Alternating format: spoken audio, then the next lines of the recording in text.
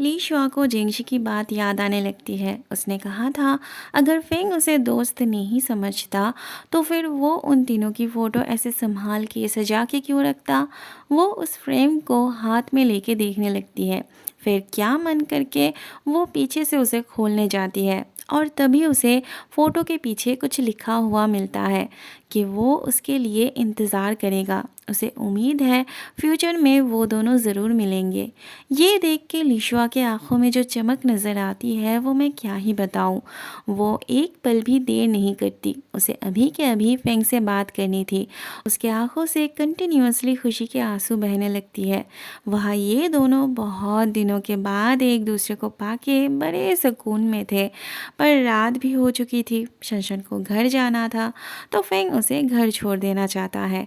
आज तो मस्ती करते हुए दोनों जाने लगते हैं।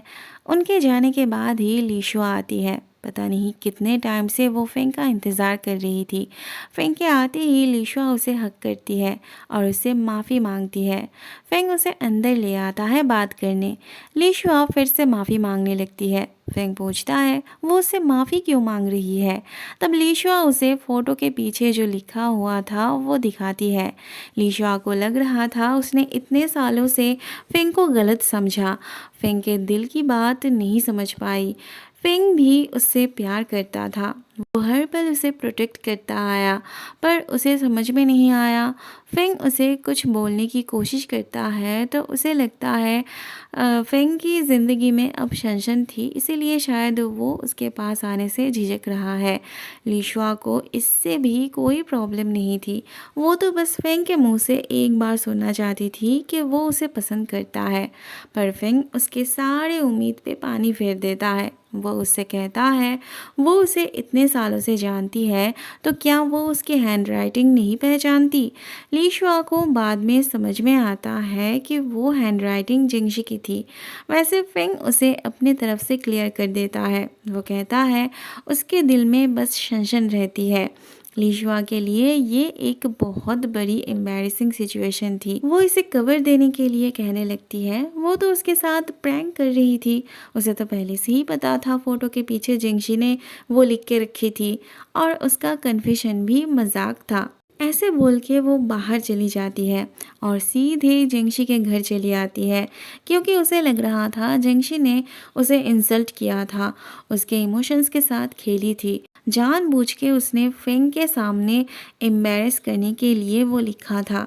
जिंगशी के दरवाज़ा खोलते ही वो उससे थप्पड़ लगा देती है। जिंगशी तो जैसे आसमान से गिरता है।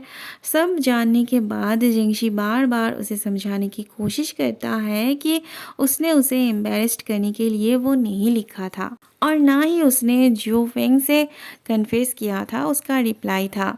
उसने तो अपनी बात लिखी थी बस।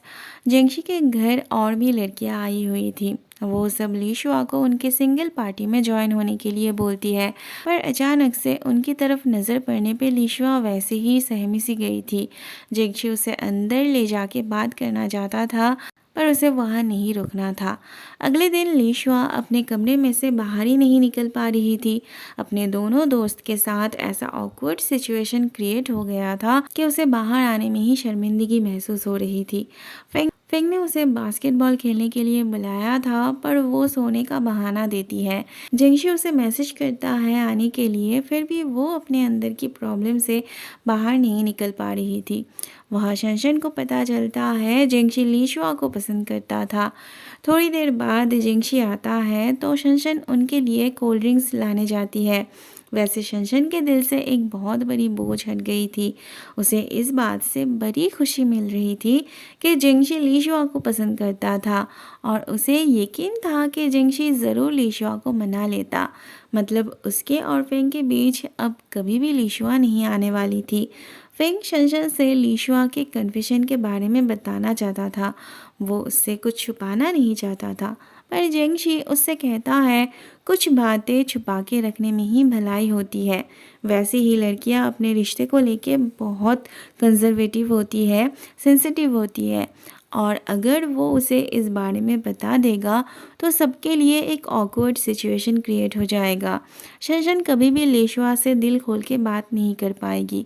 उसे लेके हमेशा इनसिक्योर फील करेगी क्या ज़रूरत है जानबूझ के मुसीबत को बुलाने की। वहाँ फेंग की बहन भी लीशुआ को जेंगशी के बारे में समझाने लगती है। वो कहती है उसे पता है उसका भाई बेस्ट है, पर इसका मतलब ये नहीं कि बाकी लड़के अच्छे नहीं हैं। उसे जेंगशी के साथ ट्राई करना चाहिए, वो भी उसके लिए बहुत अच्छा है। लीशुआ उनके सामने जाने से ही कतरा रही थी, ऊपर से ये सेटिंग वाली बात पे वो इरिटेट हो जाती है। पर उसके बातों से लग रहा था कि वो जिंगशी को लेके इतना भी इरिटेट नहीं थी। अंदर ही अंदर शायद वो भी उसे एक मौका देना चाहती थी। ऐसे में उसे शनशन का कॉल आता है। शनशन के बताए हुए जगह पे वो जब आती है तब जिंगशी उसके सामने आता है और वो भी कुछ लिखा हुआ पोस्टर्स लेके, जिसमें उसने अपनी की हुई गलती की माफ़ी मांगी होती है। वैसे शनशन को लग रहा था इस तरह से प्रपोज करने से लीशुआ एक्सेप्ट नहीं करेगी। फेंग उसे बताता है वो उसे प्रपोज नहीं कर रहा, बस माफ़ी मांग रहा है। जेंगशी ने लिखा था जो कुछ भी हुआ उससे बाहर निकलने का एक ही रास्ता है, और वो है सब कुछ भुला देना, उस बारे में कभी भी बात ना करना। तो क्या वो अभी भी दोस्त है? लीशुआ का दिल ऑलरेडी पिघल चुका था। वो पूछती है क्या उसे लगता है कि वो अभी भी दोस्त हो सकते हैं। जिंगशी कहता है ऑफ कोर्स, क्योंकि उसने अभी बहुत अच्छे से उसे मनाया। वहाँ शनशन फेंग से कहती है अगर उसे कभी बेटर चॉइस मिले तो वो बस आके उसे बताए, वो उसे ऐसे ही जाने देगी, उसे माफ़ी मांगने की ज़रूरत नहीं पड़ेगी। फेंग कहता है क्या वो उसे धमकी दे रही है? शनशन कहती है उसकी इतनी हिम्मत कहाँ जो वो उसे धमकी देगी। वो तो बस इतना चाहती है कि वो जब डंप होगी तब उसके अंदर थोड़ा सा सेल्फ रिस्पेक्ट बची रहे। उसे सिंपैथी नहीं चाहिए, उसे लाचार नहीं दिखना। फेंग कहता है वो उसे कभी छोड़ ही नहीं सकता। अगले सीन में हम देखते हैं फेंग शनशन को ऑफिस के बाहर छोड़ रहा था, पर शनशन को डर था कि अगर उसे किसी ने फेंग के गाड़ी से निकलते हुए देखा तो उसके लिए जीना मुश्किल हो जाएगा। सभी उसे अजीब नज़रों से देखने लगेंगे, उसे लेके बातें करेंगे। तो उसे गाड़ी से नीचे उतरने में बहुत मुश्किल हो रही थी। वो फेंग से बार बार रिक्वेस्ट करती है कि वो उसे कहीं और ड्रॉप कर दे, पर फेंग उसे गाड़ी से बाहर निकाल के ही छोड़ता है। वो शनशन से कहता है इसकी आदत डाल लेने के लिए। अब थोड़ी ना ये उसके लिए आसान बात थी, जैसे उसने सोचा था वैसे ही होता है। सभी उसकी तरफ देखने लगते हैं। उसके कलीग्स फिर से उससे फेंकी और उसके रिश्ते के बारे में पूछने लगते हैं। इवन मैनेजर भी परेशानी में थे शनशन के सैलरी को लेके।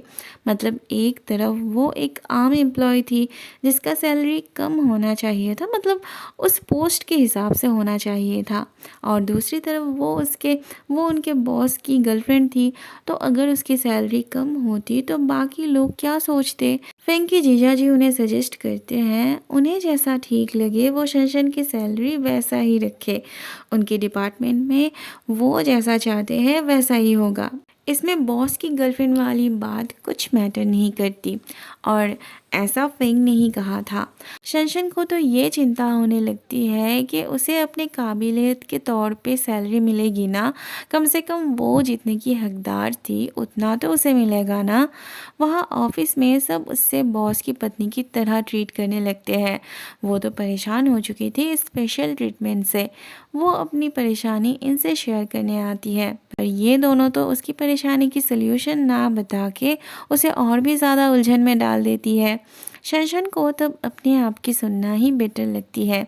उसकी सैलरी तो नॉर्मल ही थी, मतलब जैसा उसने एक्सपेक्ट किया था उतना ही इंक्रीज़ हुई थी, पर बाकियों को इससे भी प्रॉब्लम हो रही थी। उनको लग रहा था बॉस की गर्लफ्रेंड होके भी उसको कोई फ़ायदा नहीं हुआ।